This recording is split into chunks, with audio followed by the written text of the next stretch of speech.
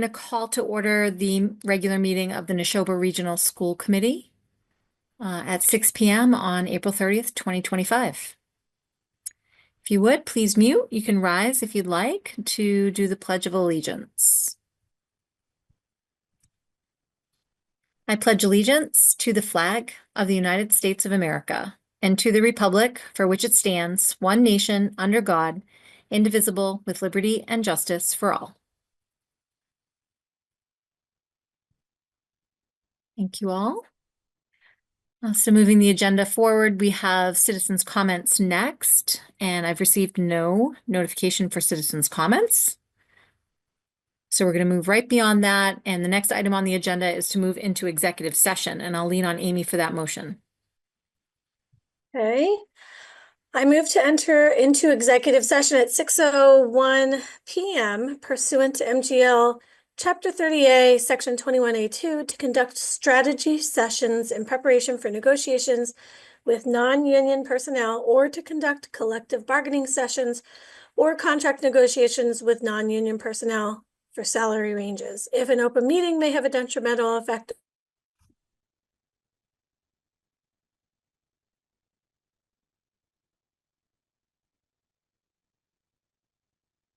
I think we lost Amy, or did you lose me?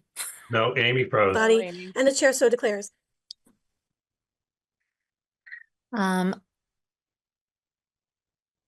Amy.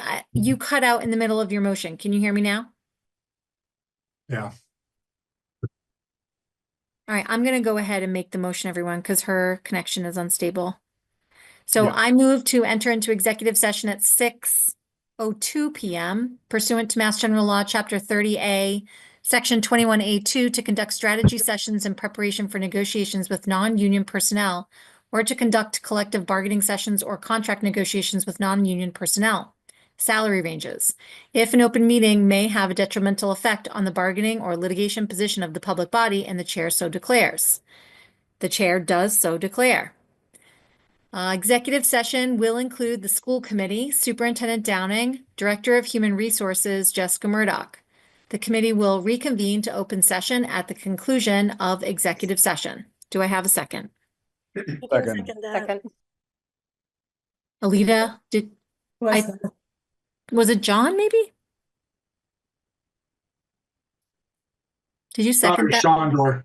Oh, Shondor. Sorry, Shondor. Yeah, Shondor second. yeah, also I copied that executive session from a previous meeting. It's not about salary ranges. That's my mistake. So I am going to extricate that portion of the motion, salary ranges, and if Shondor does not mind.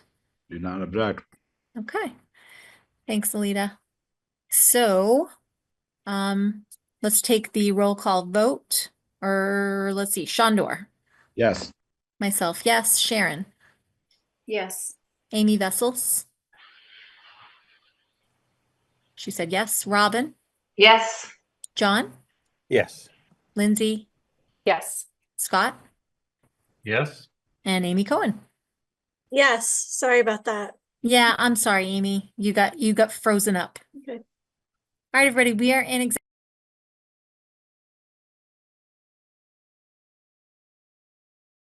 and we are now back in regular session. And so I'm just getting my agenda. So the next item on the agenda is to open up the school choice hearing. And I would ask Amy for a motion. I move to open up the 2025-2026 school choice hearing at 6:48 p.m. I second that. Let's do the roll call vote. Shondor. Yes. Myself, yes. Sharon. Yes. Amy Vessels. Yes. John. Yes. Scott. Yes. Jackie. Yes. Amy Cohen. Yes. Robin. Yes. Lindsay. Yes. And my screen. Did I get everybody? I think so. All right, everybody. So this is the school choice hearing where we are hoping to hear from the public on the presentation that was heard at our last school committee meeting regarding opening school choice in a limited fashion as outlined by the superintendent. Kirk, would you like to say anything before the public weighs in or ask questions? Yeah, I'll just do a quick run through the slides to review with the committee, and then we'll go from there. Madam Chair, I see we have a participant here that is a phone number. Does that person need to declare or turn camera on? I'm not sure the protocol there. Yeah, so. Hi, I'm sorry, it's Ava. Hi. Oh, it's Ava. It's Oh, Ava. it's Ava. I'm Hello, driving. Ava. I'm so sorry to call sorry. you out on that, Ava. Do not worry, No, Ava. don't Be worry, safe. don't worry. I knew it was gonna look weird. Okay. Glad you make it. So, Madam Chair, thank you very much. I gave a thorough presentation to the committee on enrollment and school choice at our last meeting. And so I've truncated it down to just the school choice public hearing portion. So I'll share my screen now. And we can begin. Okay, this is the 2025-26 NRSD school choice public hearing. Some important notes about school choice. Excuse me while I move my taskbar. School choice is automatically open if the school district does not vote to close it by June 1st of each year. The school district can limit the number of students accepted as well as the locations will though be assigned. If there are more applicants than available, a lottery will be conducted. Employees may enroll their children through school choice. They're subject to the same rules as anyone else. And once accepted, NRSD is obligated to provide the student with a free and appropriate education until graduation from high school. Siblings of enrolled school choice students will be given preference prior to a lottery.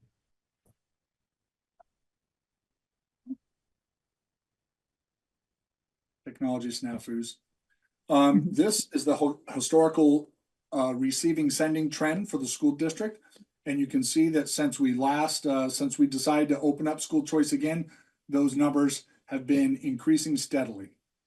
The impact of that budgetarily over time was there was a day where we were receiving tuitions at a much greater rate than we were sending. And so that created a surplus in school choice that in 2009 began to be a deficit as our students aged out of the system. And in our efforts in recent years, that deficit has been declining. So our total enrollment of school choice students last year, FY25, you can see here for each of the schools, totaled 39 students. And then we opened up a couple of seats later when we realized that we had some availability. In the end, this chart shows the locations and the grades of those seats that were filled, ultimately with a total of 19 students filling the 42 seats that were available at that time. My keyboard isn't working, so I'm using my mouse to negotiate this. Okay, so in managing the recommendations that we shouldn't, my recommendation is we do not open school choice in grades kindergarten through 2 as we are learning about our youngest students in those early years. No more than 22 students per class to enroll school choice students. Our class sizes in grades 3 and up is 24. That ensures we have a buffer that does not push us into needing to add additional staff. We do not want to have more than 220 total students in a grade level in Nashoba Regional High School, and no more than 260 across the district in grades K to 8. That will impact us in the 4th grade. For grades 3 to 5, that we do not open school choice if the enrollment was within that number of students at the class floor, and no more than 4 students per grade level per school should be considered. And we'll prioritize lower class sizes to keep balance. This is just a simple table that summarizes the points from the previous slide. So when we look at school choice for the Nashoba Regional School District, you can see the total number of seats potentially available. You'll notice that grade 4 has a 4 in front of it because they currently would have 200, the 3rd grade is 256 students. 4 more students would bring it to 260. So the recommendation at Nashoba Regional High School is to add 4 students at grades 10, 11, and 12 to close grade 9 because grade 9 exceeds 220 students. For Florence Sawyer School, we would add 4 students at 3rd grade, 1 at 4th grade, 4 at 6th grade, 1 at 7th grade, and 4 at 8th grade. We would open 4 seats at 4th grade at Mary Rowlandson Elementary. At Luther Burbank, we would have space to add 4 students at 6th, 7th, and 8th. At Center School, we would have availability to open 2 seats at 4th grade.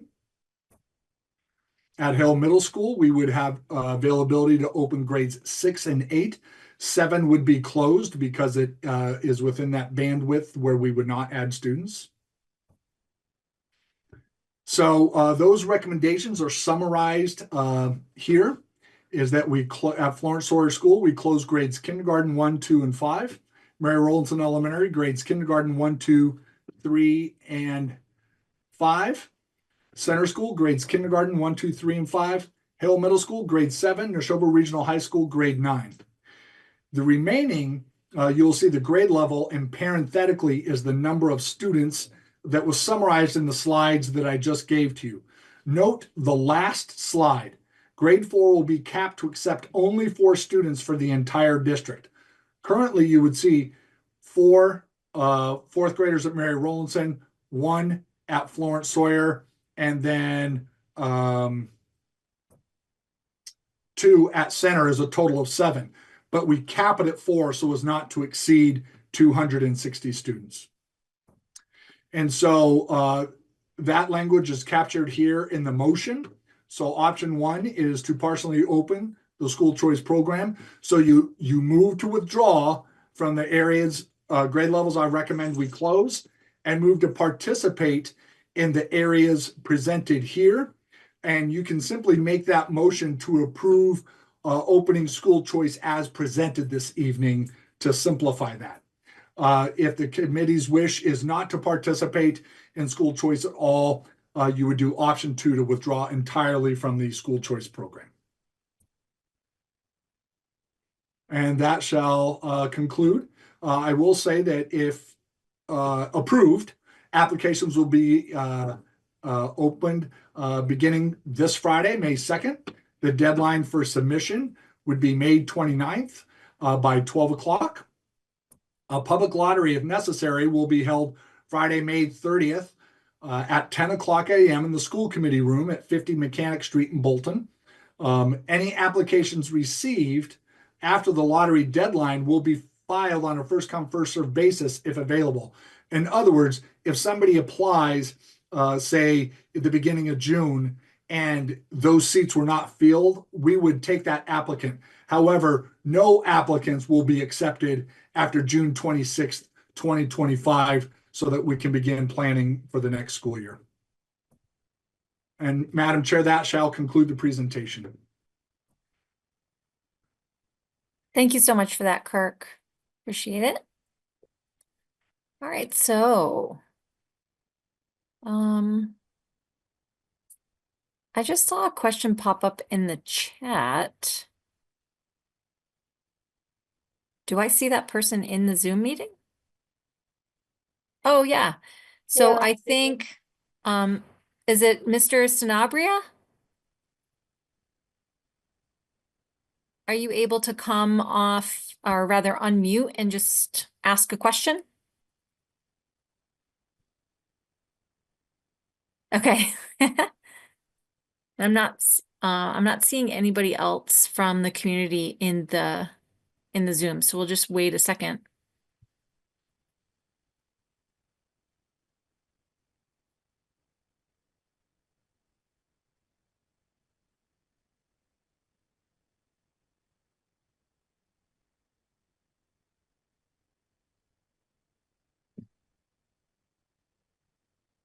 Oh, that's okay. You know what? Let me read your question out loud so that just for the record. You typed into the chat, I am new to this. What do I need to do to transfer my daughter into the school choice program? And so, Kirk, could you just elaborate a little bit here on what a parent would need to do? That's right. So this will be posted and we will have a pop-up on our website beginning this Friday. So if you simply go to nrsd.net on this Friday, you'll see the opening pop-up on the front page. Ms. Masterson will make sure that that's there, and it'll take you directly to the school choice application, which you would fill that out and then submit it to our office. And then Ms. Masterson will follow up with a confirmation email or phone call. All right, so it starts on our website. And Kirk, please forgive me for asking this, but we are starting at 5th grade this year. 4th grade. Oh, there are a couple of 4th grade slots. Yeah. Yeah, Okay, there's so 4 slots for 4th grade. We have 7 seats available across the 3 schools, but we will only fill 4 of them to ensure we stay at the 260 threshold. all right, so Mr. Sanabria, I hope I am saying that correctly. It starts in 4th grade if the motion were to proceed as the superintendent is recommending. And so I hope that I'm helps. back. I'm back. So Hi, I missed everything because my phone went out. So that's okay. I heard that you have 4 seats for 6th grade. So For I'm 4th grade and up. oh, okay. So I didn't check. Do you have any availability for 6th grade? Yes, right, Kirk? 6th grade is Yes. open. There Yes. are open seats in 6th grade. So what do I need to do? This is new for me. Just go to nrsd.net this Friday, and there'll be a pop-up on the home screen. Simply click on the pop-up, and it'll take you straight Yes. to the homeschool page. Okay, that easy.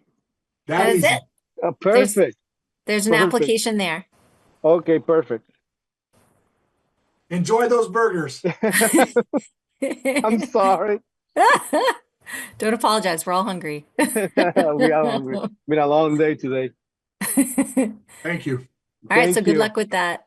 Thank you. Thank you very much. All right, everybody, I'm not seeing any other members of the community here, so I assume nothing. But we are now going to look for a motion to close the school choice hearing. The vote will be taken in the regular meeting. Amy, you want to do the honors? Move to close the school choice hearing at 7:01 p.m. I'll second that. Let's take a vote. I vote yes. Shondor. Yes. Amy Vessels. Yes. Scott. Yes. Jackie. Yes. Amy Cohen. Yes. Lindsay. Yes. Sharon. Yes. Robin. Yes. John. Yes. All right, everybody, we are back in regular session, which is great news. Forgive me for 1 second.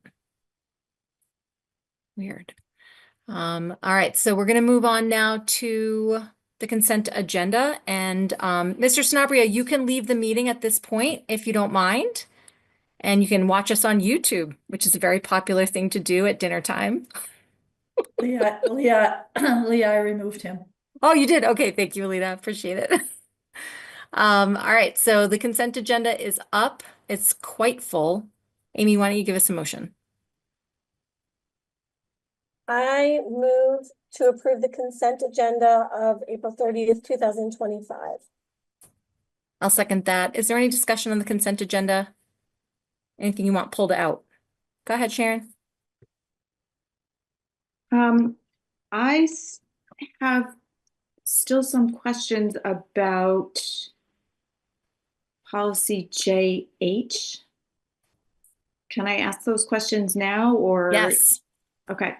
So I am still confused about absences because the way this reads, parents will provide a written explanation for the absence or tardiness of their child. So does that, I think when I asked this question last time, does that excuse the absence? The answer to that was no, that is not an excused absence. And is the problem that I'm sorry, I don't mean to be obtuse about this and I don't want to hold up the committee on it. I just don't understand. Is it the word excuse that is getting in the way?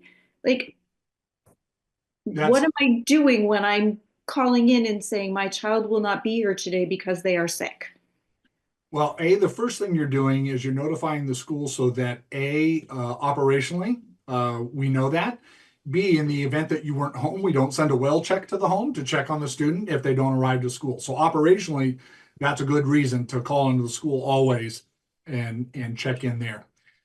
In terms, you are right in that the word excuse isn't always well defined.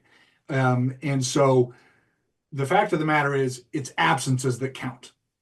Whether they're excused or not excused, when you're not there, those absences count. So that's why we were talking about the notification protocols that we're notifying folks once they get to that 10th day within the 5-day period.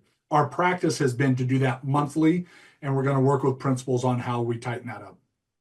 But in terms of whether it's excused or not, at the 10th absence is the 10th absence. It doesn't remove any requirement that we have to give for notification. So I'm really trying to understand this and not belabor the point. If my child is absent from, so I'll use a real example. At the end of the first semester, Alyssa had been absent too many times, and she had to do something that came through the dean, I think, because she had been absent from school too many times. And then we realized that that was because she had been absent. She had the flu. She had been out for a week, but we hadn't gotten the medical note to excuse that absence. So then when she got the medical note saying she was out for these 5 days because she had the flu, then that excused the absence. So now it was not, she hadn't exceeded her number of absences. I think you're speaking to an operational matter of how that was handled, and I would take that question directly to that administration group. But In isn't terms of there- the notifications of the policy, we're just saying this is the standard in the policy of which we communicate with families around the absentee requirements. I think that there are two things acting on parents right now. The policy, yes, and this is really about kind of extraordinary absenteeism, but then there's the handbook absenteeism policy that impacts kids' grades and makeup work and zeros in power school, things like that. So how does this dovetail with the handbooks, Kirk, or does it? Should it? Well, it doesn't, but you're going to have an opportunity to ask those questions on May 28th when we bring the Nashoba Regional High School handbook to this committee. And so I think, Sharon, that the questions you're asking are really about the kids' experience in the class and not necessarily our reporting to DESE about truancy. Okay. And I think that the handbook policy, the handbook language around absences does probably need some questioning. Okay, so that this about absences is having to do with reporting to DESE around truancy. These are around those things of what our requirements are, essentially saying for students to learn they need to be in school, and Okay. May I ask one it more matches the regulations. Go ahead. May I ask one more question? Please. I'm sorry. Now this the section about dropout prevention and a student that's been absent from school for more than 10 consecutive days. Again, it says of unexcused absence, which again is that confusing piece. Does that have a standalone policy as well? Because I remember this coming up also as part of that, of a conversation. But I don't remember it being part of this policy. Is it in another policy, or is this the only place where it is? This is the place where it is. This is the place where it is. What I'll say about that is it helps differentiate where excused helps differentiate is when we're talking about school refusal issues related to IEPs, about medical needs where a student is out of school for a significant time. Mr. Manch, I think, spoke to that at the last meeting as well. Okay.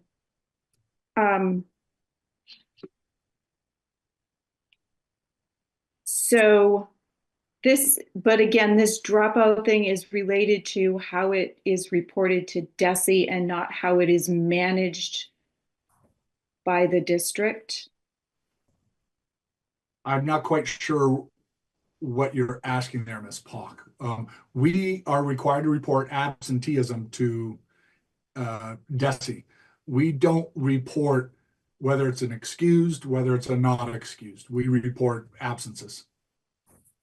But the regulations say, Sharon, that when a kid is absent on the 10th consecutive day, that the school is supposed to remove them, unenroll them, which for kids who are struggling, that needs to be dealt with far more delicately than just a terrifying email to a parent who's dealing with a kid who's struggling in their own home.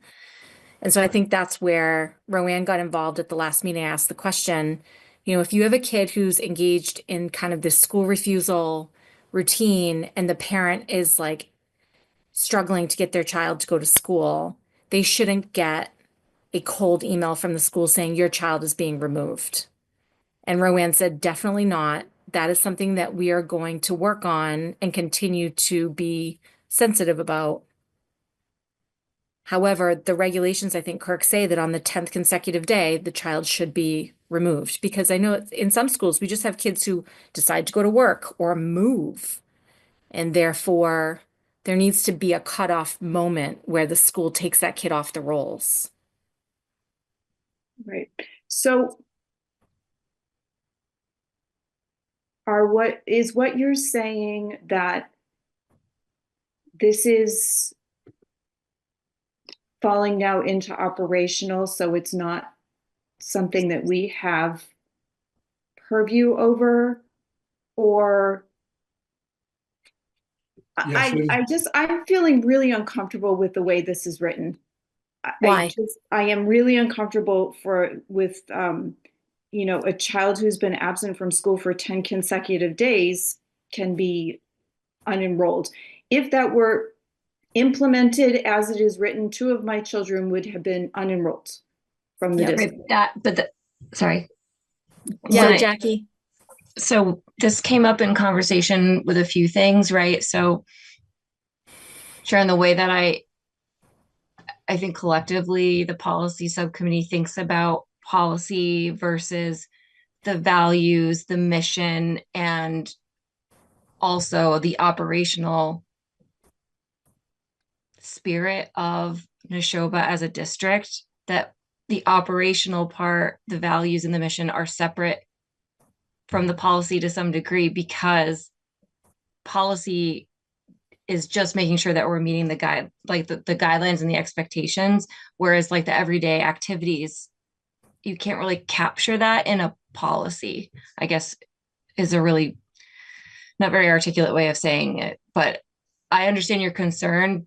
And I also know that in talking to policy subcommittee, and then when we've asked these questions before, when you talk about what are the actions that have to happen when you need to do what this policy would ask any administrator to do, that there is an internal process that happened in the example that you gave, right? So like it was, you have absences. Okay, now I can do these things. And then now these are excused because they are medical absences. So Kirk, is there an internal process that marries this policy to the spirit of our mission? Absolutely. Yeah, we haven't unenrolled anyone for their absences. As a matter of fact, we do the opposite. We try to figure out what are the pathways to get in there. Each scenario is unique and different, and you know, we are going to continue to work with our families and be dynamic to ensure that students are in school and getting their education. So, and sometimes we're in scenarios where students are getting home education services because there's something out of their control that requires that. And that's through those other processes that Mr. Manch described last week. So Sharon, I hear what you're saying about still not feeling comfortable because there's nothing that would require a future administrative team to do this thing that is the middle ground. Do you want to pull this out of the consent agenda and keep talking it through and maybe add an asterisk here? I guess I don't want to hold up the committee from passing this. If the committee is comfortable with it as it is, I will accept that. I just, this is a point where I feel like, you know, with many things, we strive to be exemplars, and this is something that could be written better. So let me ask this. Can I get a thumbs up if you all would support pulling this one piece out for like just a little bit more consideration?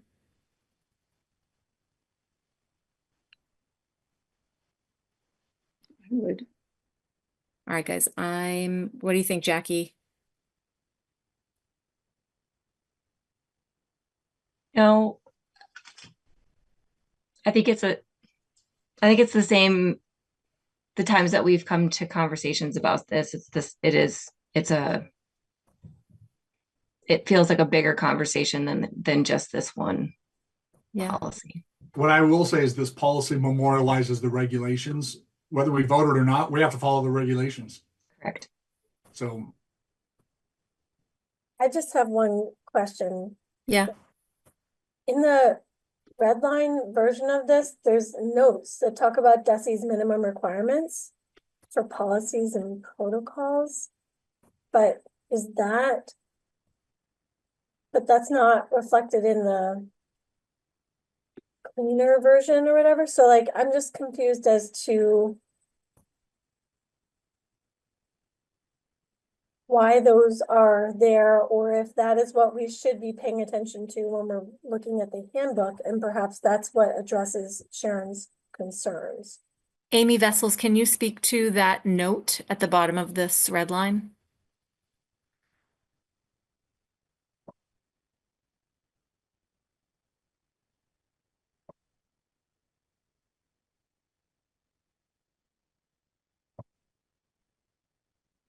I can share it. I have it up if that's easier. Okay, I'm gonna do that for you.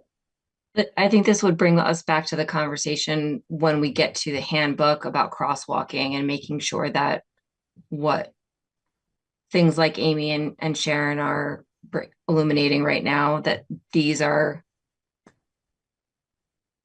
spelled out very clearly. Can you guys see this?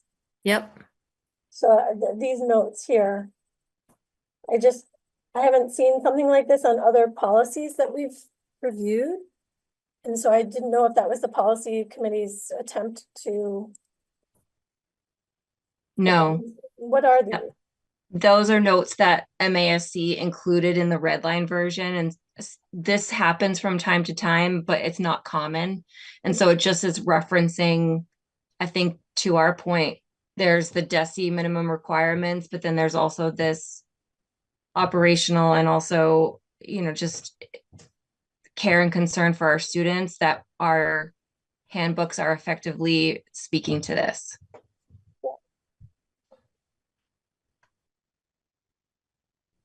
Yes, I mean, to me, this reads as this is what you should be thinking about for the handbook.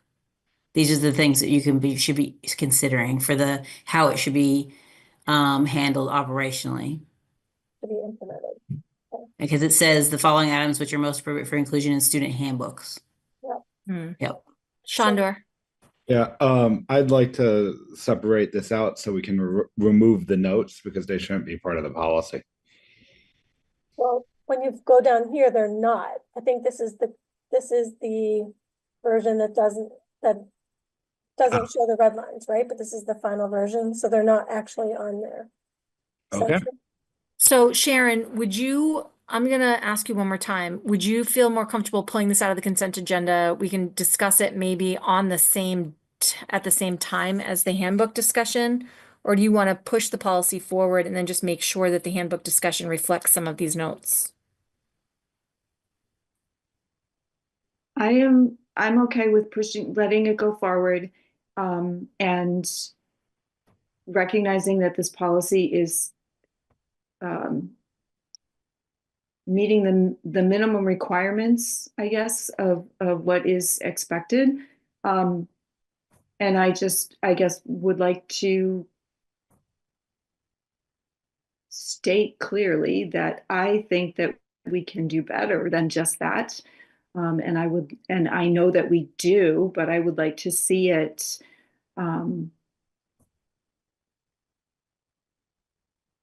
encoded somewhere. Okay. Got it. All right, everybody. So any further discussion on the consent agenda then? All right, seeing none, let's take the vote on the consent agenda. Amy Vessels. Yes. Myself, yes. Scott. Yes. Amy Cohen. Yes. Jackie. Yes. Sharon. Yes. And Robin. Yes. John. Yes. Shondor. Yes. And Lindsay. Yes. All right, everybody. Thank you for that. It's a good conversation. Thanks, Sharon. Moving on, we have our school committee chairperson update, and I only have just one announcement for our school committee and for our broader community. I wanted to let you all know, if you were not already aware, that Attorney Joe Gleason has tendered his resignation from the school committee just a little bit sooner than the end of his term. And so I wanted to let you all know that that is why he's not here this evening, and he will not be joining us for the next couple of meetings. That said, I would like to give my heartfelt thanks to Joe for his just about 6 years of service, especially serving on the school building committee. And we are very appreciative of all the time and energy that he spent in the various ways that he served the school committee. So I just wanted to let you all know that. Okay. Leah, related to that, what's the process for, was his seat already up for reelection? So Yeah. nothing needs to be done. Yeah, and so the town of Lancaster can manage that at the voting booth. All right. So moving on in the agenda here, we have our student representative report, and Ava and Ryan are with us. So hi guys, what can you tell us? Hello. So, robotics team was at the World Championships last week, and they had an amazing performance. Some of our students are participating in the French exchange program right now, and are currently over in France. I know I have a couple of kids in my world language class going over, and I hear they're having a great time. Nashoba is at the international competition. We have AP testing coming up, and then kind of later in the month, math MCAS for the sophomores. And then we had, I'm sure you guys know, but a couple representatives from NEAS came in. I know I gave them a tour of the building this morning, and then sat with a couple of kids on the advisory council, a group of people with them to kind of talk over a few things and answer any questions they had for us. And Eva. And then coming up on May 2nd to the 4th is the Wolves of Nashoba Festival, which is the Symphonic Band Festival. That'll be really fun. And then tomorrow, because May is Mental Health Awareness, a lot of the students will be wearing green, and we're also hosting Threads of Hope workshops from 1:30 to 2:20. So that'll be really nice. We have the art. Excuse me, I'm in the car.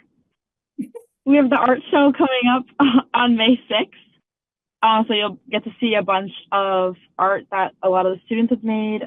Everyone at school is actually really, really talented. I love going through the hallways and seeing all the art that everyone puts up.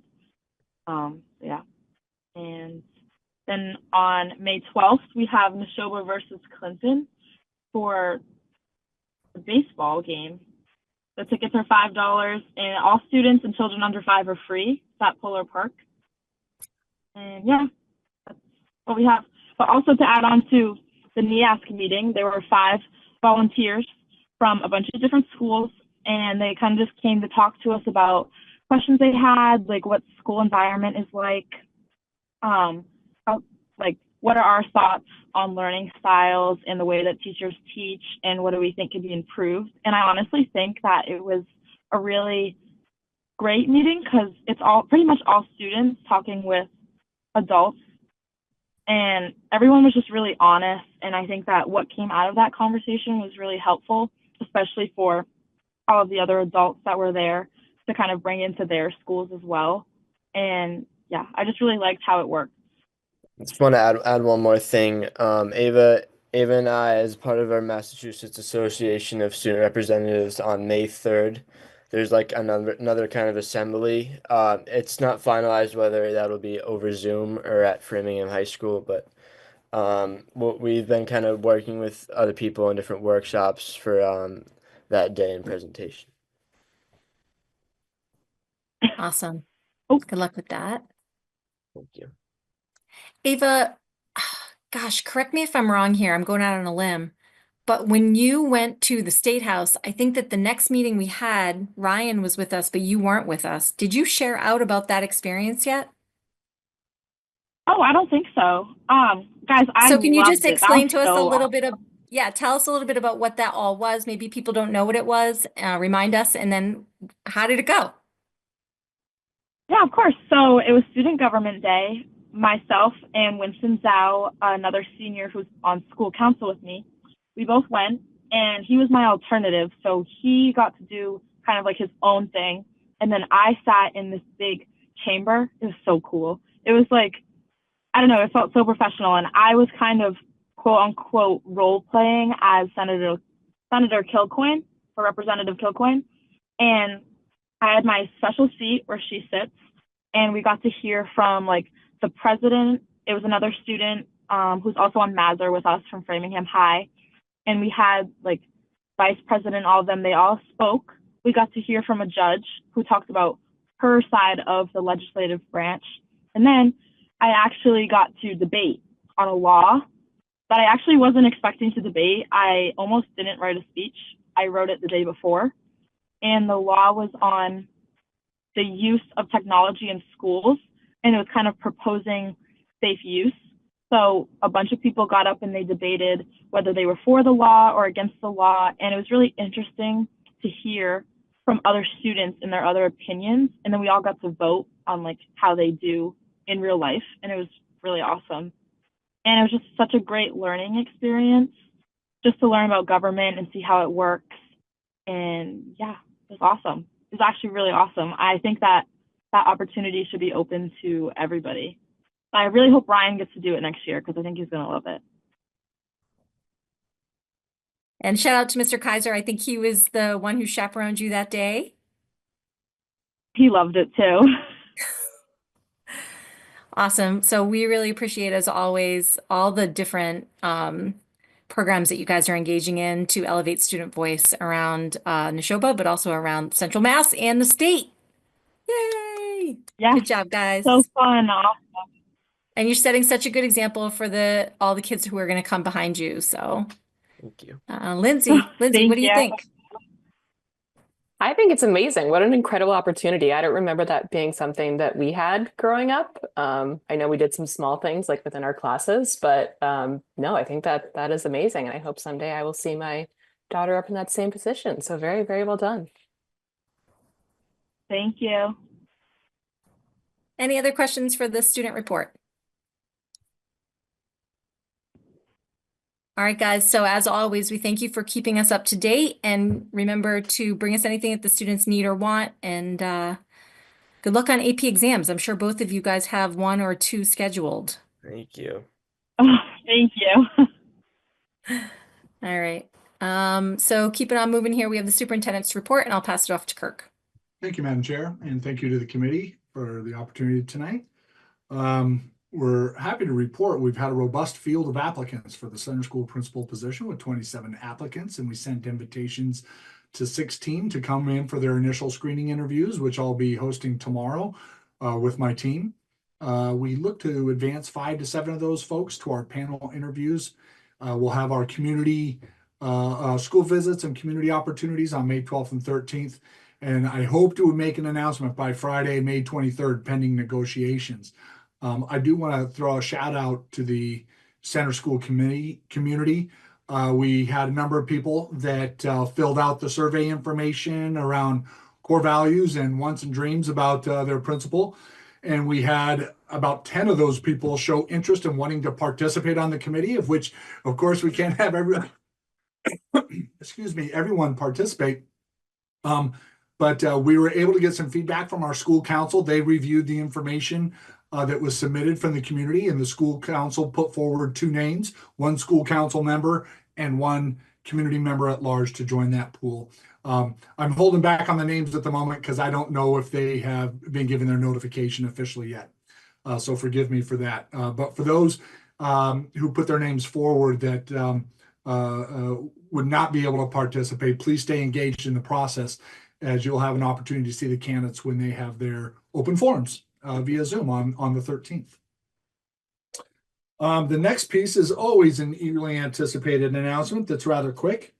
Now that we're within 45 days of the last day of school, we can announce that Monday, June 16th, 2025, will be the final day of school for students. Graduating students will finish their courses on Friday, May 23rd, just before the break, with graduation scheduled for Sunday, June 8th. And with that, tonight, we've invited Ms. Mariah Zwicker to come in to help with a portion of the presentation tonight around the district's physician contract. So I will turn it over to Ms. Zwicker. Thank you, Superintendent Downing, and thank you, Madam Chair. I believe you have a copy of the contract that Dr. Russell Coleman from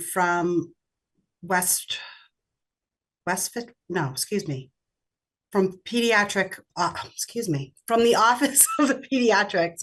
He's been our physician for as long as I've been here, and then I believe a few years before that as well.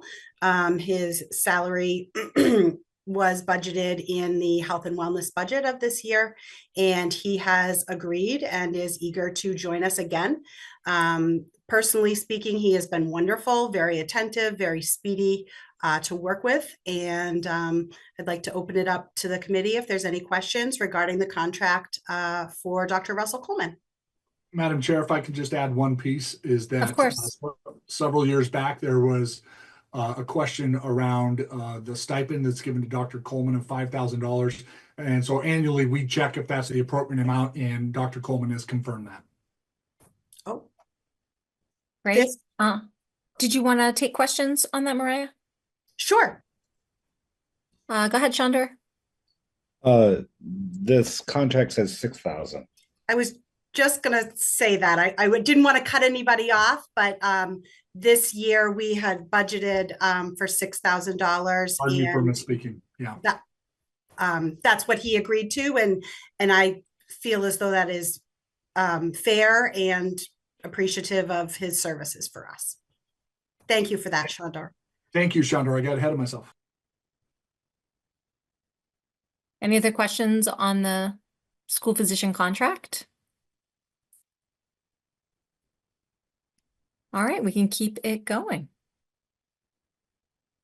Madam Chair, we will put the physician contract into the consent agenda for next meeting. Very good. Thank you. Thanks, Mariah. Okay, at this point, because Ross and I, we like to present budget information as a tandem. So we'll start with Finance and Operations Director Ross Mulcairn. Good evening, everyone. Thank you, Superintendent Downing, and thank you to the school committee. So some positive news from our state aid numbers that were updated through the House Ways and Means Committee. So before April vacation, the Commonwealth's House Ways and Means committee released its version of the FY26 budget. So this is part of that annual process that starts with the governor's proposed budget that we use during the fiscal planning season, as that is the only budget available during that time. And this goes through a few different iterations before a final conference committee budget, which is released at the end of the summer, and that becomes the final FY26 budget. So among the updates to the district state aid estimates, the House Ways and Means Committee did result in increases to Chapter 70 and regional transportation reimbursement. So as of today, the net impact from the governor's proposed budget to today is $297,795 for the Nashoba Regional School District. Again, that's in the positive direction. However, as we will be transparent and conservative here, there's no guarantee this will be the final budget. So if you look over the last several years, these budget numbers do fluctuate between each iteration of the budget process at the state level with regards to state aid. So we'll continue to update the school committee as the Senate releases its FY26 budget in the next few weeks, and the final figures that will be released at the end of the summer will be presented to the school committee as well. I think it's important to note, and I put it in the update, as the committee is aware, there's been a significant amount of advocacy for students across the Commonwealth this spring from superintendents, from business officials, from assistant superintendents, from teachers. So this has really made an impact, and we hope that the result stays all the way through the budgeting process at the state level, and we continue to share positive news with you and our communities moving forward. And then, Mr. Mulcairn, let's move into the insurance update. Sure, absolutely. So the Insurance Advisory Committee, which is part of the Unit A and Unit C contracts, recently met to discuss the need to consider alternate options for our health insurance plans in the future. Obviously, this became quite aware to us during the budget season when we received that significant increase on our healthcare insurance premiums. So all representatives at committee, so our Unit A, Unit C, Mr. Powell is there representing school committee, myself, and Jess Murdoch, Director of Human Resources, is on the committee. So we all recognize that there's a need to look at next steps in future options to mitigate future budget increases in costs. The current short-term projection and sort of information is that we do have some good news to share here as well. So last minute, close to when we need to confirm and sign our rates for next year, I did reach out to our representative and said, what options do we still have? Like, is there anything possible that we can do here? And certainly pressed our relationship. We're timely with our payments. We're good customers, and we have staff that now have to encumber these costs themselves as well. It's not just the district budget. So there became two programs available to us that we're going to pilot and be part of. That will help us reduce our insurance increase from 19.92% to 16.32% for active employee plans. We're also letting you know tonight that we are beginning an insurance opt-out program that will be part of our open enrollment. So individuals who've been our district insurance, if they'd like to pursue a different insurance method, whether it's through a spouse, a partner, or whatever else may be available to them, they can do that and receive an incentive for the school district for doing so. The net result for the district obviously gets turned back to us and becomes a cost savings and reduces our base level for planning in FY27. So this is a sort of a short-term and a long-term move here to help the district with its healthcare costs. We've seen this be very successful in neighboring districts. Acton, Boxborough, we were in contact with them this week to see, what was the result of their work. They have 40 some odd employees taking advantage of this, and the net result for them has been a decrease in their costs of just over $600,000.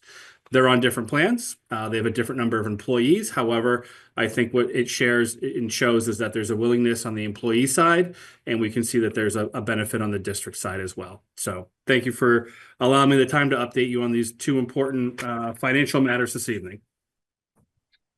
So I'll parlay that into relating that to personnel. As you know, I've been talking ever since we put it out there. If you remember when we got the increased insurance rates and we went down our priority list, that brought us into the area where we reduced the deans in our school, and we've been working hard to do that. So as we define more of this, I'll be coming back to the committee on May 14th to show you a plan we have for reinstatement. But until that time, we're doing some work in the school district. And one of the decisions that we have made is in prioritizing those roles, is to reduce the freshman study position at Nashoba Regional High School to free up some staffing, as we've learned the priority exists in other arenas as well. So we will be coming to you on May 14th with an outline explanation of the, if you will, shifting of the deck chairs that we're going to make is to meet the needs of our students based upon the parameters and the framework of the budget that's been voted and that will be going in front of our residents in the next week. So we'll pause right there before we go on to our updates on strategic work. Very good. I see Amy Cohen's hand.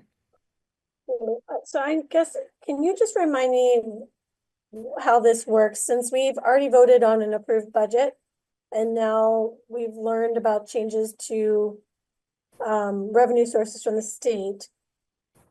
How does this work? Because that number has now, the budget that the school committee approved has already been shared with the towns, and we all have town meetings coming up like within the next week. So if the school district does receive more money than anticipated, yeah, can you just walk us through what happens? Yeah, I will, Ms. Cohen. The budget number that is in front of the towns is the budget number. We can't change that.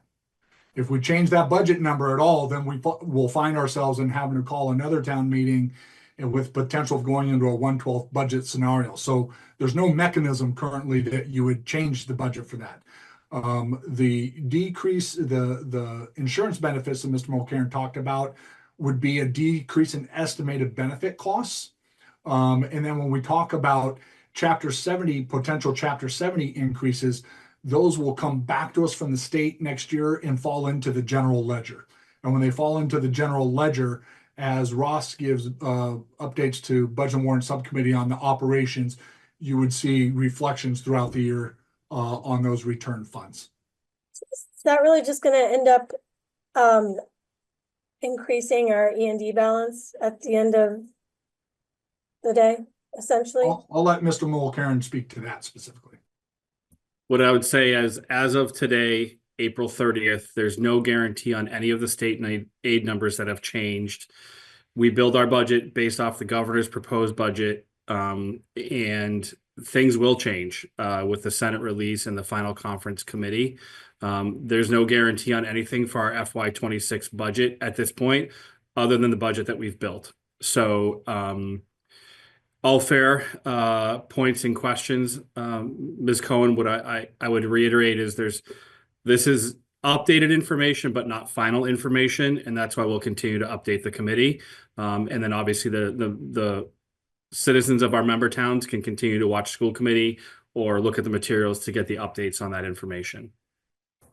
I will say that Senator Kennedy has been engaged with the school system in terms of bringing this into committee, as she is a member of Joint Ways and Means and the Senate Ways and Means Committee.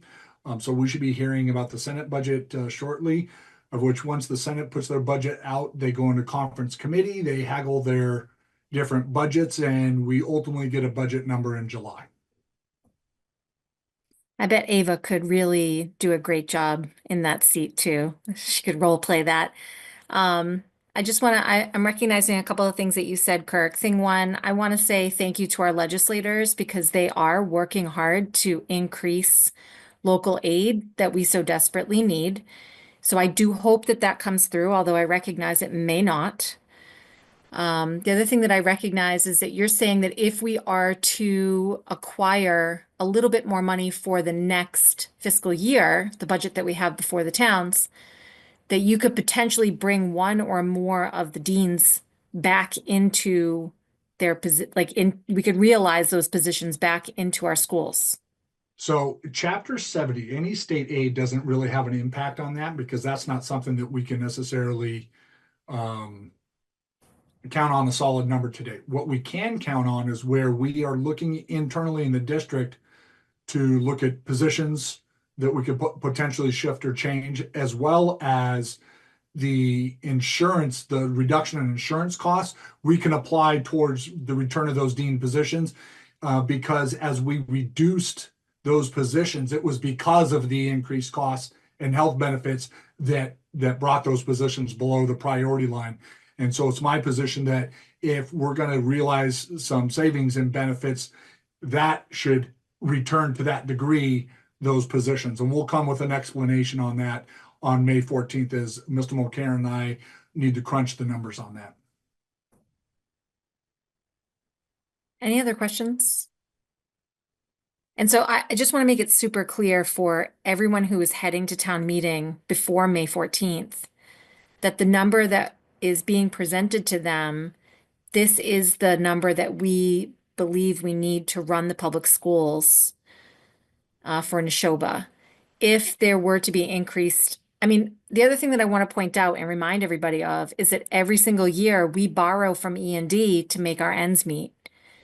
And so if we get an extra dollar at the end of the year, which we're on track to get a few dollars back at the end of this fiscal year, we repay ourselves. That's right. And, maybe we don't have enough to repay ourselves completely, and that diminishes the E&D fund. So that's that hamster wheel we always talk about.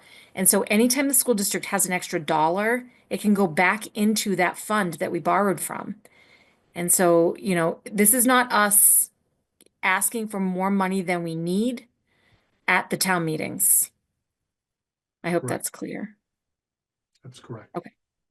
Thank you, everybody. And thanks, Ross, for trying to continue to find additional dollars. Thank you. On to strategic work. Yeah, I'll bring forward Assistant Superintendent Friend to talk to us about some exciting strategic work going on. Ms. Friend. Thank you, Superintendent Downing, and thank you to the committee. We are pleased tonight to provide an update about our Innovation Pathways programming that is in place at our high school. So we're very pleased to provide the committee with an update tonight. Directly relates to our teaching and learning objective and our strategic plan, specifically around increasing authentic experiential opportunities for our students with relevant real-world application of what they're learning in the classroom. But I'm pleased to welcome Ms. Hannigan to the committee to present this update. As you know, Ms. Hannigan serves two roles in the district. She serves as our Innovation Pathways Coordinator and as Communications Specialist. She does both of those roles really, really well. Tonight, she's going to put on her Innovation Pathways Coordinator hat and provide this update. So I'm going to turn it over to Ms. Hannigan. Thank you. I'm really happy to be here, and I appreciate getting the opportunity to give an update on where we are as we close in on the beginning of our first year. As you know, we currently offer two pathways: advanced engineering, manufacturing, and business and finance. This school year, with the support of our guidance office, administrative team, and pathways teachers, we submitted and were approved for two dual enrollment courses through Middlesex Community College: Product Development for Entrepreneurs, which applies to both of our existing pathways, and Tech Essentials for the Modern World 1 and 2, which applies to our business and finance pathway. We have submitted several other courses for consideration and are waiting to hear back. And we're also excited to begin offering Engineering Essentials at the beginning of next year, which is a Project Lead the Way course. These courses are super hands-on, give students the opportunity to jump in and get a lot of transferable skills right at the start of their Pathways program. And more importantly, they offer a really good array of advanced level coursework for our students so that no matter what your schedule looks like, you're able to fit these programs in. The program has seen growing interest, with our current pathways increasing student enrollment over the course of this school year. At present, each of our pathways can accommodate up to 20 students per graduating class. So far, this capacity has been totally sufficient. We've been able to accept all students who have applied and opted into both of our pathways, as well as additional students over the course of this school year that have determined that they're interested after kind of even just entering those courses as part of their elective process. At the beginning of the school year, we began the process of applying for our third designation in information technology. This expansion would allow us to include opportunities for students related to digital creation, like graphic design, data and computer science, and even media production. We're still waiting on formal designation, but are hopeful to hear back in the coming weeks, and we'll keep the community updated through the Common and our monthly Pathways newsletter. If approved, the information technology pathway would be able to accommodate an additional 20 students per graduating class, which would expand our total capacity across all 3 pathways to 60 students per graduating class. And finally, to put on my communications hat and my pathways hat, we've been gathering feedback through parent meetings, student meetings, guidance meetings since the start of the school year, and we recently launched our updated Innovation Pathways website. The goal with this update was really to create an easier access for families of enrolled students and interested students to understand the application expectations, process, graduation requirements, industry partnerships that we have secured, and other course offerings and listings. So that's a big summation of a full year's worth of work, but happy to field any questions that anyone has.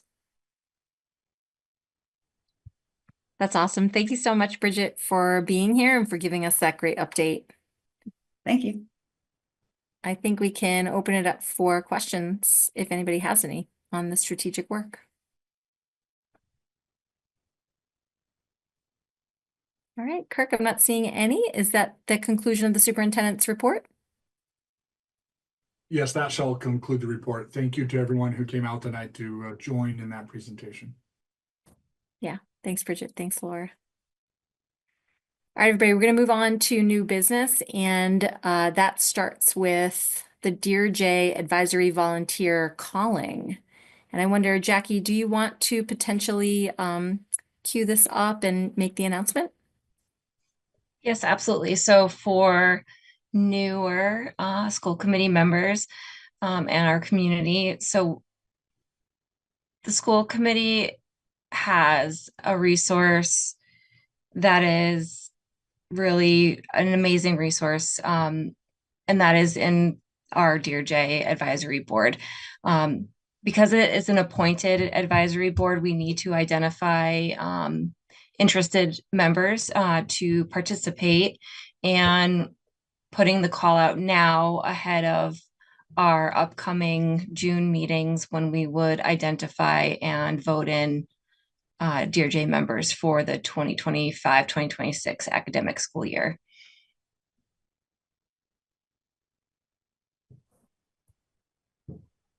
Thanks, Jackie. So if anyone is interested, they can reach out to me, send me an email, and we can take it from there. Okay. So next up, actually, before I advance that, the last time that Jackie and I met with Dear Jay, we did make mention of how, Kirk, we would really appreciate it if by the protocol you could identify a staff member who could join Dear Jay. You bet. I'll put that on my notes. Great. I recognize everybody's busy, but if there's somebody who has the capacity or is interested in doing the work, we would really appreciate a staff member, and frankly, a student member too, if there are any students who would like to join. I know I will have an advisory meeting at the high school with my high school students here in a couple of weeks, and I'll ask that group. Great. Okay, everybody. So the next item under new business here is the superintendent formative evaluation training. And Alita, did we send that to you for posting? Is Alita here? No. No, you did not send it. Oh, thanks, Alita. Okay, no worries. So I have it up here and I am going to share it, if that's okay.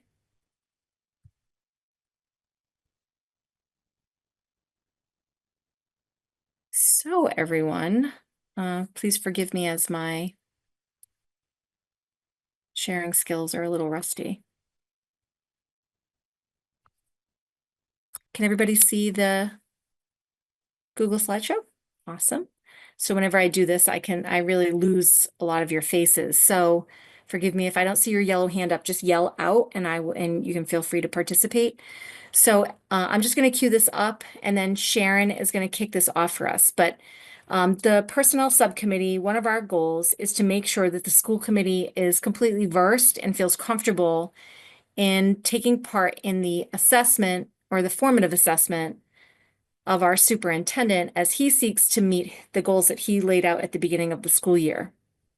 At the midpoint of the 2-year cycle, the superintendent will provide us with an update on his progress toward meeting his goals.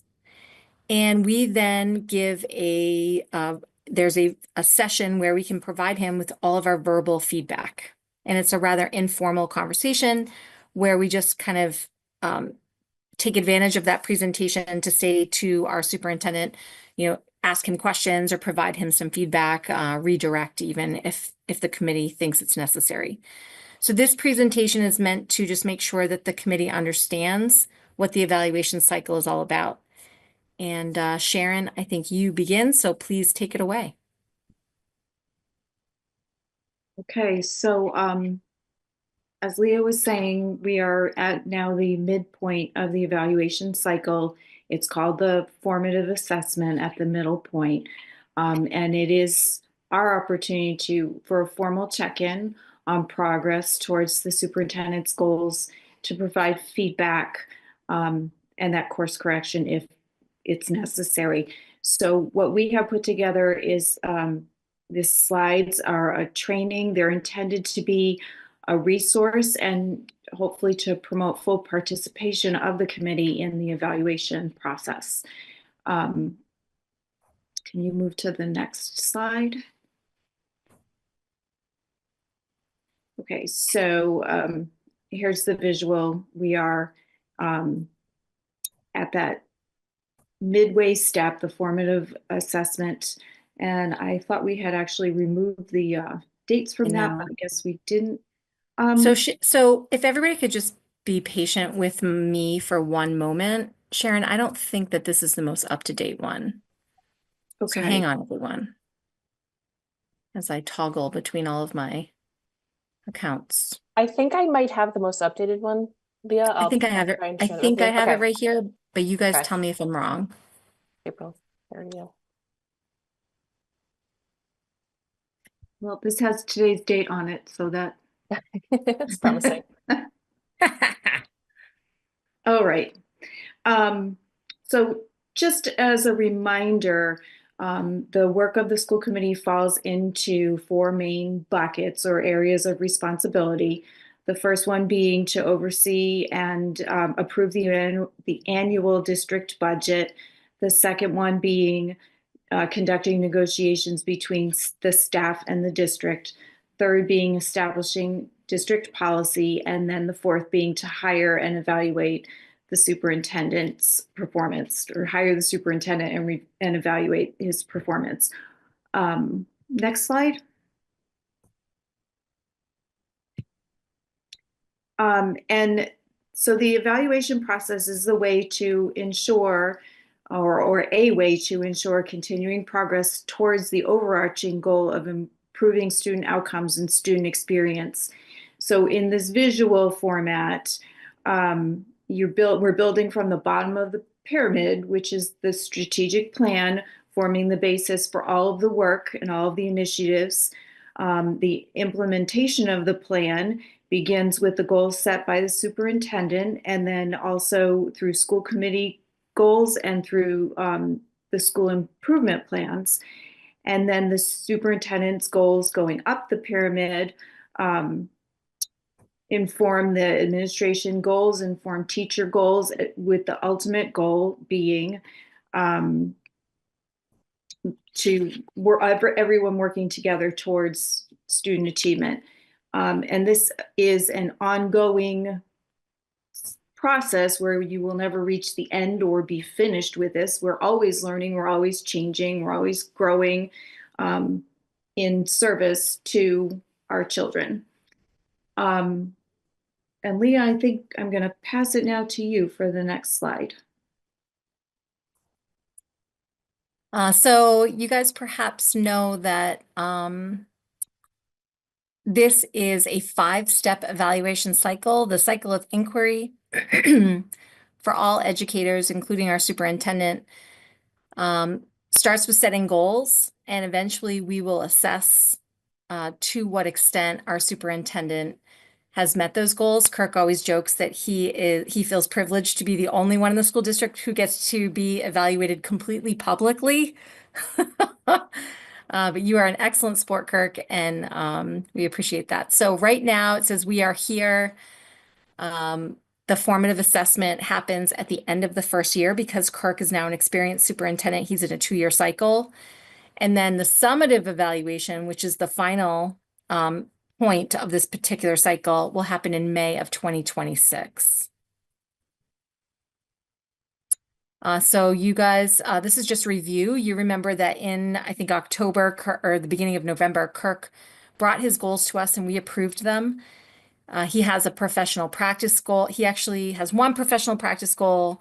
He has 1 student learning goal, and then he has 4 district improvement goals. And all of this is lifted from the strategic plan and into his goal setting. This is an articulation of those, but we won't go through it. This is just a reminder of all the things you've already approved. These are the things that Kirk and his entire team have been working on all year long. And during each superintendent report, he provides us with evidence of how he's making progress toward these things. And over to you, Robin. Excellent. So in addition to those goals, he also is he must show progress towards meeting 6 to 8 focused indicators within the 4 DESI standards. And so you'll see below the 4 DESI standards. And then from my understanding during the school committee workshop, it was discussed and agreed upon what those focuses would be.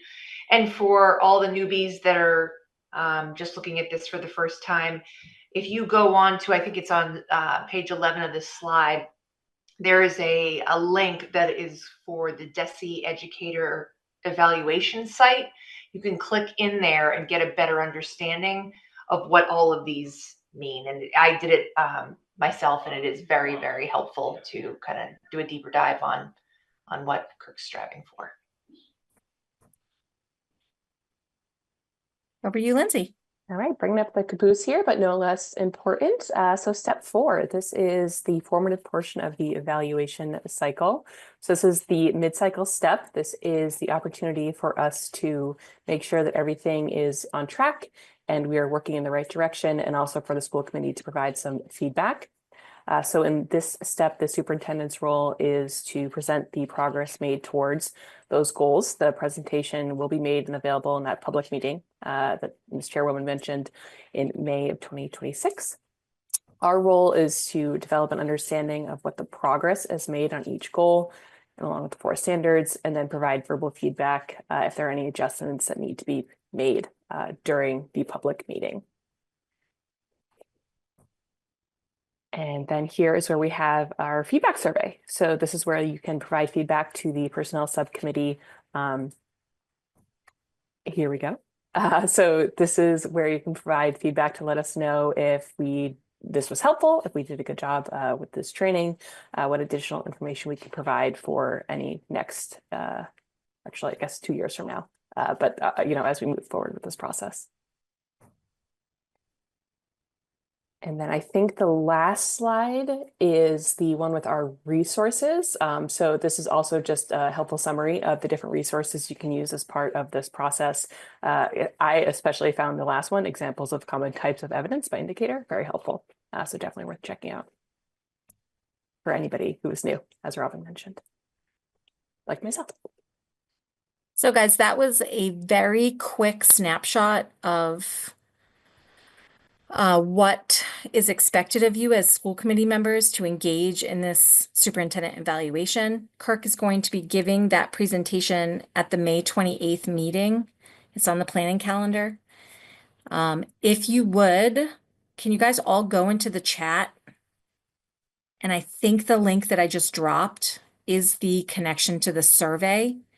That survey is going to give you an opportunity to tell to tell the personnel subcommittee members what might still be confusing to you, what else you might need to know before May 28th, so that we can help you be as prepared as possible, so that whatever feedback you give to Kirk is helpful and useful, ultimately pushing us all toward that common goal of student achievement. Did you guys all get the survey? Did that link work? Great. And we'll send that presentation to Alita so that she can put it in the meeting materials in case you lose the link. But if you could fill that out for us within the next week, that would be great. Personnel is going to meet before on the 26th, I think, Sharon, is that right? I think it's on Monday, the 19th that we're meeting. Very good. So Monday, the 19th, we'll meet, we'll take all of the results of that survey and make sure that you guys are feeling comfortable and confident to enter into this process, whether it be for the first time or the 7th time. Are there any questions on formative evaluation for the superintendent? Kirk? Yeah, I believe we have May 28th earmarked as the day of my presentation, correct? Excellent. That's what I have too. Great. All right. I don't think I see any other hands. All right. Thank you to the Personnel Subcommittee for pulling that together and getting it ready. I know that 2 members of the Personnel Subcommittee are on that learning curve too, so I really appreciate you guys digging in on that and helping. So moving on, guys, we're going to talk a little bit about the Communication Subcommittee survey discussion. They have created a survey that they want to share with the committee, get your approval, and then send out to the community. This is about how the school committee can better communicate with the public. I'll send it to our chairperson, Amy.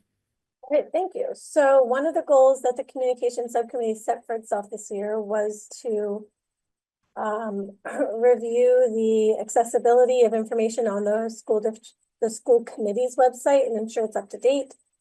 And to survey the community to determine which information the community members are most likely to look for, and then use that information to develop recommendations for how we could improve our website.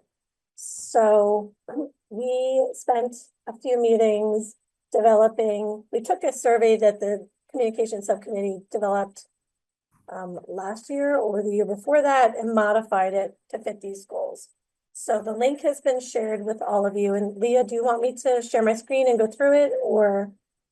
Yeah, that would be fine. Okay. And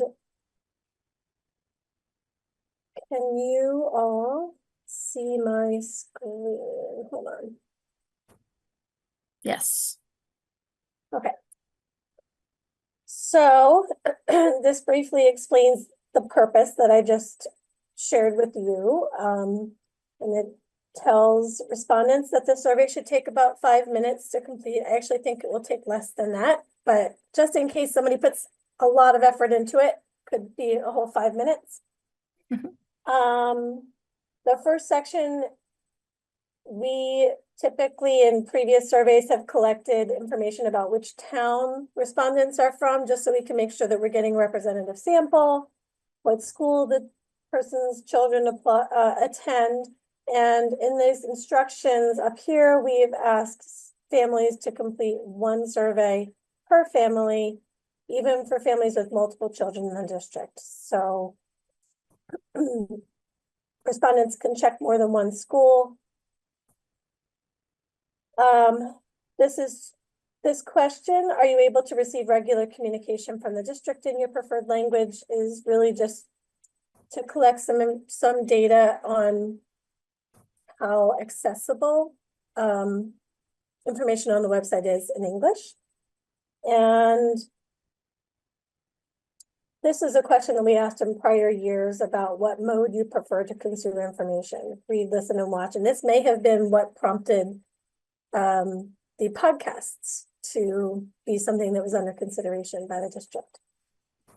Section 2 is about specifically about improving the school committee's website. We start by asking whether the person taking the survey has actually ever visited our website and how frequently. Then we ask for a rating of how easily the information is to find on the school committee website. And then we're trying to get an idea of how often folks are visiting the district website to find the different types of information. And I will say that when you actually take the survey, you can read all of these descriptors, but in this view, they are not showing up. And Leah, I don't know if you know a technical fix for that other than to actually take the survey. Amy, do you see that eyeball almost directly like to the right? Yep. Click it. Oh, figure. Okay. Thank you. That might be better, yeah. Let's see if that fixed that. I think I'm gonna have to take the survey. Oh, dang. Sorry. Okay, You just we'll just click some things here.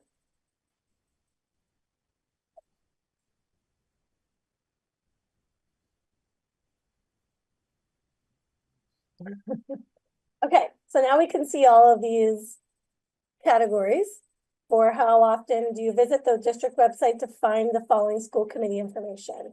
And we tried to be very intentional about using the survey to educate respondents on what type of information is available on the school committee website. So this is kind of serving two purposes. And also think about ways that we would like the school committee website to be used. So you can see here that we've touched on a lot of the information that's already existing to see what people are accessing.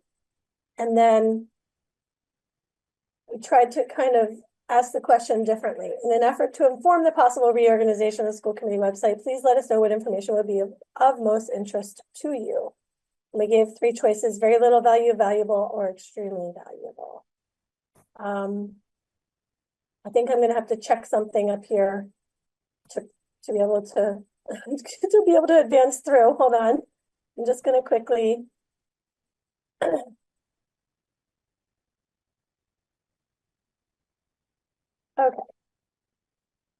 And so you can see that the choices are different than the question above, but also trying to envision what information we might think would be of value to people on the school committee website that doesn't is not highlighted at this moment in time. Some of them are and some of them aren't. So I'm going to fill this out so we can get to the next questions.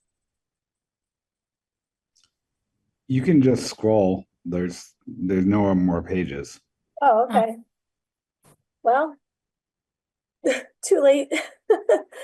Then what is one thing that you wish was easier to access? How can we make it easier for you to find information you're seeking? And then, if offered, would you be interested in an option to sign up for an email subscription service from the school committee that provides automated updates on any of the following items: meeting agendas, meeting recordings, minutes, hearing dates, open school committee seats, or other? And then if other, please explain. How do you gather information about school committee meetings? And is there any other feedback that you'd like to share with the school committee as we consider making changes to our website or communication with our school committee? So I see, I'm going to stop sharing my, well, actually, maybe I'll leave it up, but I do see Shondor's hand up. So go ahead, Shondor. Yeah, go for it, Shondor. I think it's excellent idea. I have a concern, and I realize it's a little ironic, but the survey itself isn't accessible.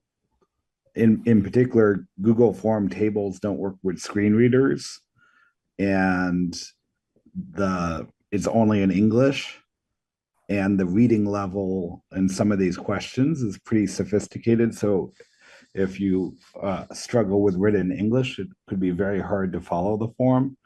So I'm wondering if there was any consideration given to other ways to reach people that can't complete this survey, to include them in the feedback. Good question. And I know that I know in earlier discussions, like in earlier years on the school committee, there was discussion on how to survey. And I think we landed on Google Forms because it's a free platform already available to the school district, but that's something we hadn't really considered. I think, isn't Google Forms, isn't there a translate button? There might be. There must be. So maybe just double check on that And if Okay. there is a translate button, just like any web page can be translated by double clicking or two finger touching. Yeah, I would suggest maybe having an alternate pathway to provide feedback, like via a phone call or something, because the form doesn't work if you're blind. The screen readers aren't capable of parsing these tables. It's a known challenge with them. And I don't think there's a native translation capability on this form, because I've tried to do it before. Oh, okay. Kirk, when you send out surveys, do you get things translated?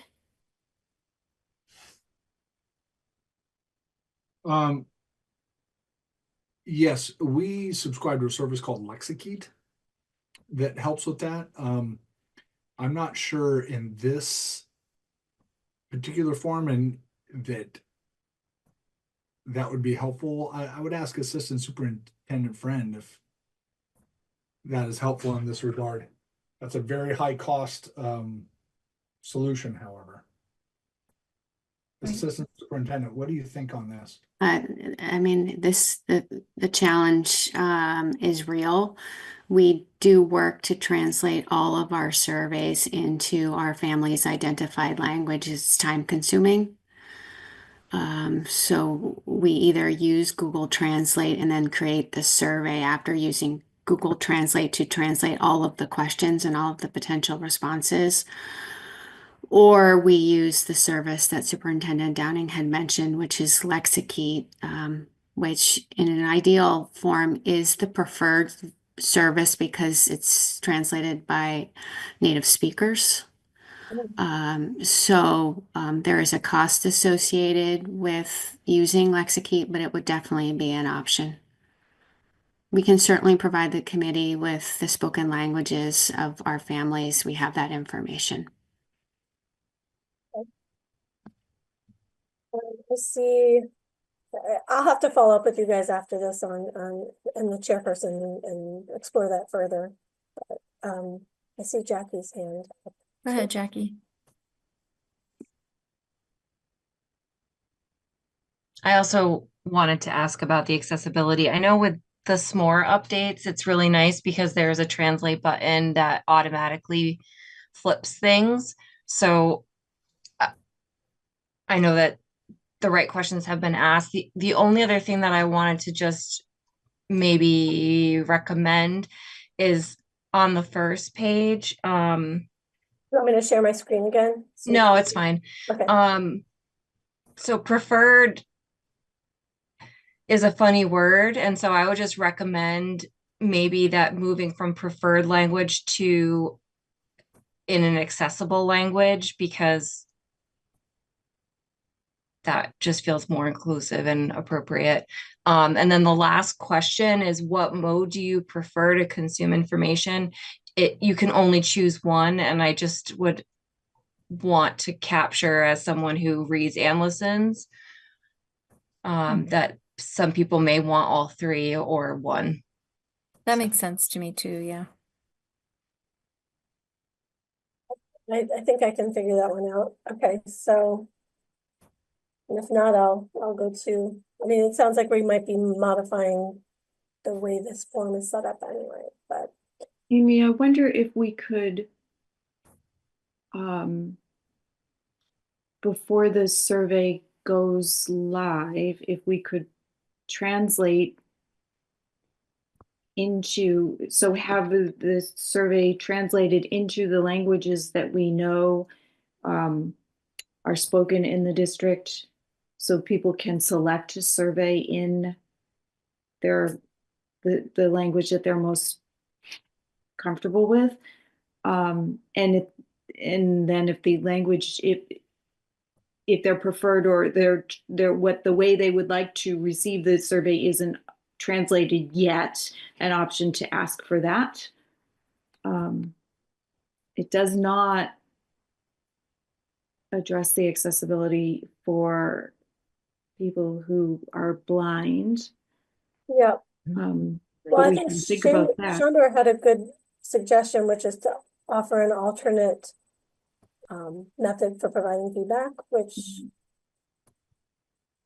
was maybe could just be as simple as like providing my email address and, then I could follow up with that person individually, but Sharon, I didn't mean to cut you off.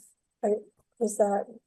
No, I was just saying that maybe there might be some ways, if we think about that we can address those things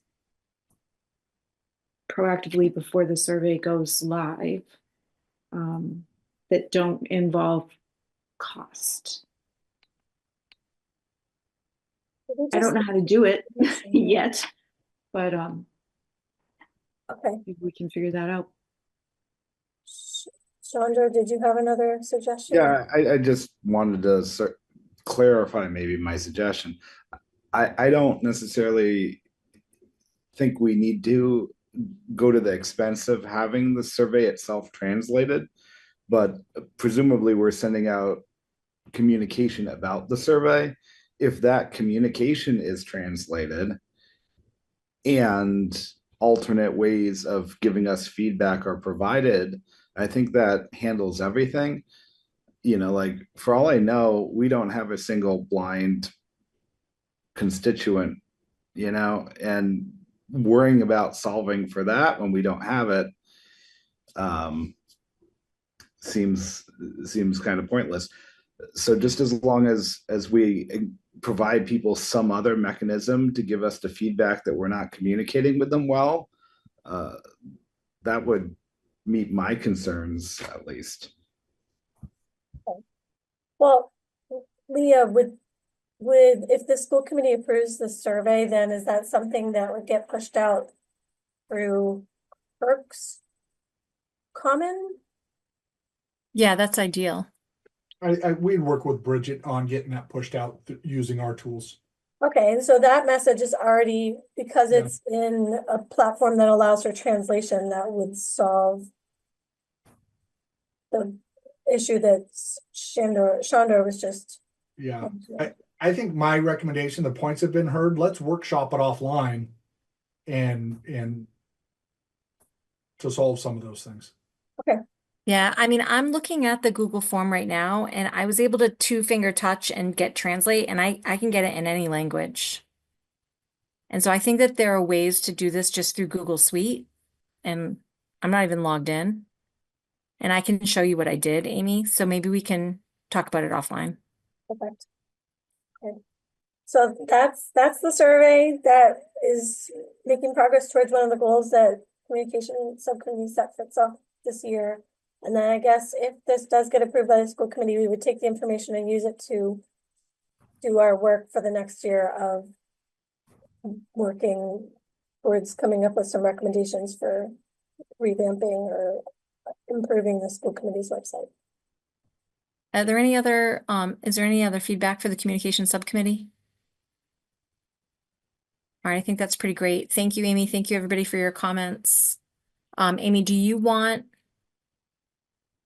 guys, would you feel comfortable providing Amy with the go-ahead here? We can, I don't know that we need to make a motion to initiate this, but can you give me a thumbs up if we take care of the accessibility stuff? Are you good to go with this? All right, well done, communication subcommittee. Thank you. Thank you very much. All right, guys, on to finance and operations updates. So I think Ross is going to give us just a little bit more information here. Yep. Just so our standard monthly operating report brought to you. This is the end of March, even though we're at the end of April. So no significant changes. I will note what I noted to the budget and warrant subcommittee, who has seen this report and discussed it with me, that we'll start to see an increase in that projected end of year balance for certainly the schools. Anything that's not expended at this point, we do have to have serious discussion. We don't want to necessarily pre-buy anything for FY26 with FY25 dollars. If that's not expended, that would be returned back to the budget surplus. And if there's additional revenue within our FY25, again, school committee is aware that that's part of the formula that gets calculated with our auditors that ultimately is potential excess and deficiency balance. So we don't anticipate any major sort of purchases, but we will buy what is necessary for FY25, but we don't start to buy pens and pencils and things like that for FY26 until we have the FY26 budget ready to go in our system after our town meetings. All right, anybody want to ask a question about that? Doesn't look like it. So Ross, we can move on to the next item.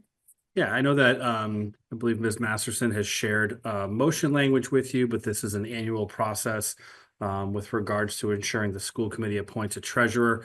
I do, want to share sort of my accolades with you all for the work that Victoria Chartier, who is our treasurer, does for the school district. Many of you know that Ms. Chartier used to work in our HR office as well, and then did the treasurer work in addition to her HR role. She's now in another school district, but continues as our treasurer. She is not just great at her job day to day and month to month in working with me on all of the banking end of things, but she's obviously a valuable partner in our bonding for the new high school, as well as a valuable partner in just vetting and understanding sort of financial positions and working with our auditors at different times of the year, but certainly during our excess and deficiency submission and part of our regular audit procedures as well. So, I know that you have the motion, but I feel obligated to share my experience working with her as the district treasurer. Thanks for that, Ross. Amy, would you like to put forth a motion? Sure. I move to appoint Victoria Chartier as district treasurer for fiscal year 26. I second that. Any discussion? Seeing none, we'll take the vote. Myself, yes. Amy Vessels. Yes. Scott? Yes. Sharon? Yes. Jackie? Yes. Amy Cohen? Yes. Robin? Yes. John? Yes. Lindsay? Yes. And Shondor. Yes. Very good. Motion passes. Thank you for that, Ross. Yep, thank you. Happy to have or keep Victoria on board. All right, everybody. The last item here into unfinished business is the school choice vote. So before we lay forward a motion, Kirk, you said that there are two options here. We can either just vote to withdraw from the school choice program, opt out from it entirely, or we can move to accept the recommendation as presented by the superintendent this evening. Correct. So I'm going to move to accept the superintendent's recommendation on opening school choice in the Nashoba Public Schools as presented and in the limited fashion that he explained. Do I have a second? I'll second that. Oh, I think Amy beat you, Sharon. Good job, Amy Cohen. Is there any discussion on the school choice motion? Seeing none, we'll take the vote. I vote yes. Amy Cohen. Yes. Amy Vessels. Yes. Scott. Yes. Sharon. Yes. Jackie. Yes. Robin. Yes. John. Yes. Lindsay. Yes. And Shondor. Yes. All right, everybody. Thank you so much for all that work, Kirk. I know that that vote was quick for probably many, many hours of work and thought. Well, we put many hours into that several years back to think about responsible strategy, and I think that strategy is proving true to be beneficial to us. Yeah. Yeah. All right, everybody. So the next piece here is items for next agenda. I do have the planning calendar up somewhere here, and I will share it really quickly just so that we're all on the same page.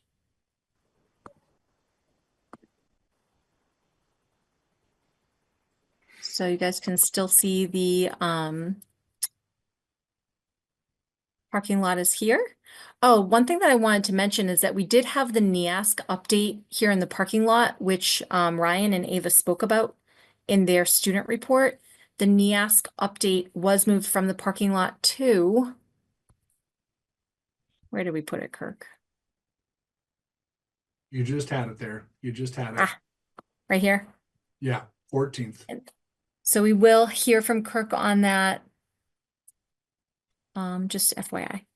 But this is what we have planned for our next two meetings. These are the last two meetings of the regular school committee year. The regional agreement says that May 28th will be the last meeting for current members, and anybody who is elected in the next, or rather in the town elections that are coming up in middle May, their first meeting will be here, June 11th, the organizational meeting.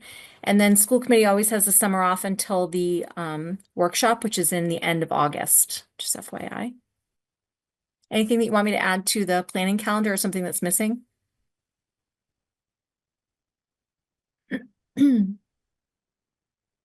Policy, you said that you're going to bring just a couple more things, couple final things forth.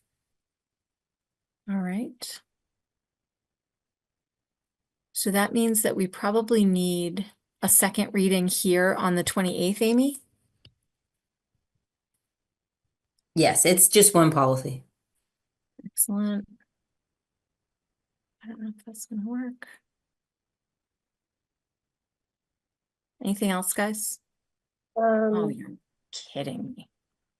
So wait, Leah, could you show the dates of the meetings again? Because Yep. Okay, May 14th, May 28th, and then the June last 11th. meeting is June 11th.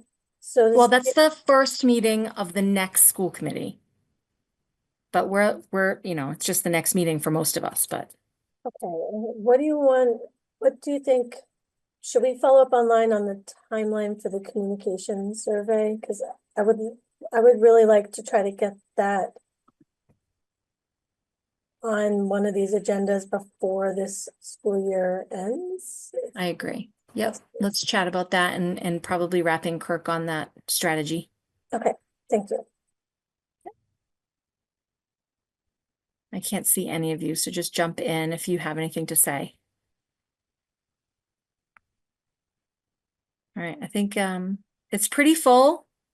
Kirk, I know that on the 14th, aren't you going to be zooming in? Yes, I will. So we'll make sure the Zoom setup is in the school committee room. So I'll be in there for my reports, and I know Assistant Superintendent Friend will be right there with you, Madam Chair. And so I'll take direction from you both that evening. Great. Can I you do go want. back up to the parking lot just for a second. Yeah, hang on one second though before I lose this. The school committee goals check-in, everybody. This is to the subcommittee chairs. You guys are going to need to provide a little share out on May 14th of your school committee, or rather of the goals that your subcommittee is in charge of. I know that some subcommittees have created that together. You guys can also do it on the fly. If you're not going to be able to meet between now and then, you can just do your report on the progress you're making toward the goal on the fly, and I will type it as we're sitting in the meeting. You don't need to prepare anything in advance for that, unless you want to prepare something on a piece of paper to then share with the committee.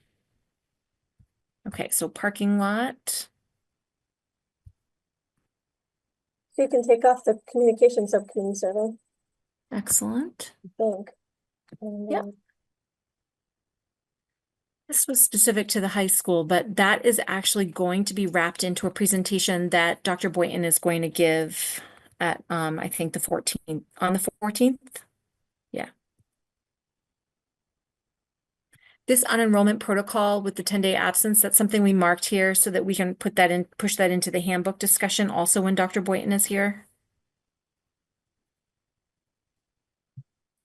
The warrant signature protocol is still as we decided it to be last time. I am signing the warrants, although you guys are all technically still responsible for reviewing them. If you guys ever want, or if Budget and Warrant ever wants to bring forth a suggestion to change that protocol, please feel free.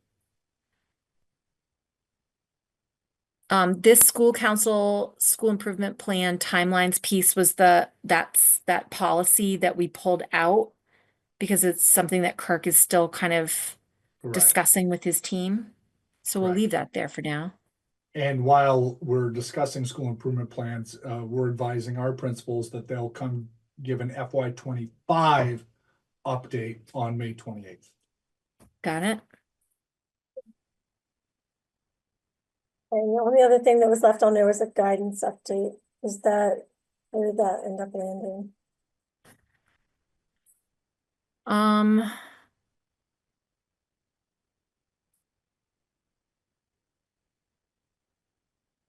Kirk, I know that we talked about this,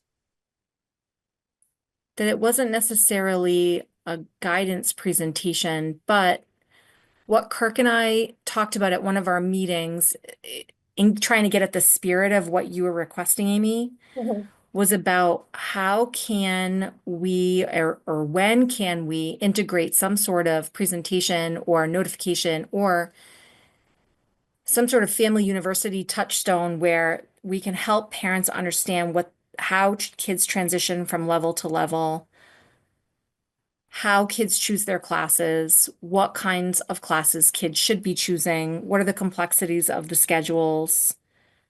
And Kirk thought that that would better be an operational practice that he could work at this summer with his team. Do you want to talk more about that, Kirk? Yeah, well, as we saw in the formative evaluation, this committee has the responsibility of the 4 buckets. And that is something that actually doesn't fit in one of those buckets. But I think that is something to be working with the high school on, particularly through their council. And I think it's a great idea. So I think that would be the appropriate arena to take it. Yeah, I mean, I think that what Amy, I think it's important for us to recognize that there are certain things that are operational and that are not up to the school committee, but there are things that we can recommend that the superintendent pay attention to because it's something that parents are struggling with or there's a gap there that the professionals perhaps don't experience, but the families do. And so in my conversation with Kirk, we talked that through, and he's really going to be, I feel like you were like, oh, that's a great idea. That's so smart. In just trying to build out, for example, the pathways piece and how that is such an amazing public relations thing, this awesome thing that our high school is doing. How can we leverage that to help toot our horn and say, well, all the great things that are happening and make them available and accessible to all kids? Yeah. That does sound amazing. It's totally different than what that parking lot line was about. It was just more like in previous years, we've gotten a report from Jody Specht on kind of like the presentation she gives to the rising juniors, but I think what you're suggesting is a better way to incorporate that information. So I'm satisfied. I just kind of wanted to know where that ended up going. It really wasn't an operational thing. It was just asking if we're going to get that presentation that we've gotten in prior years. That's all. Yeah, I think we're kind of wrestling with whether or not that's a good use of Jody's time and if that's useful to the school committee, especially considering that presentation is very similar to what's happening at the junior college planning night. How can we best use our time to get our families what they need and not bog down our business meetings with things that don't really belong here. So more to come on that though, and I know Kirk put that on his list of summer planning stuff. All right, guys, I'm thinking that I'm going to stop sharing that. Anything else for the good of the order?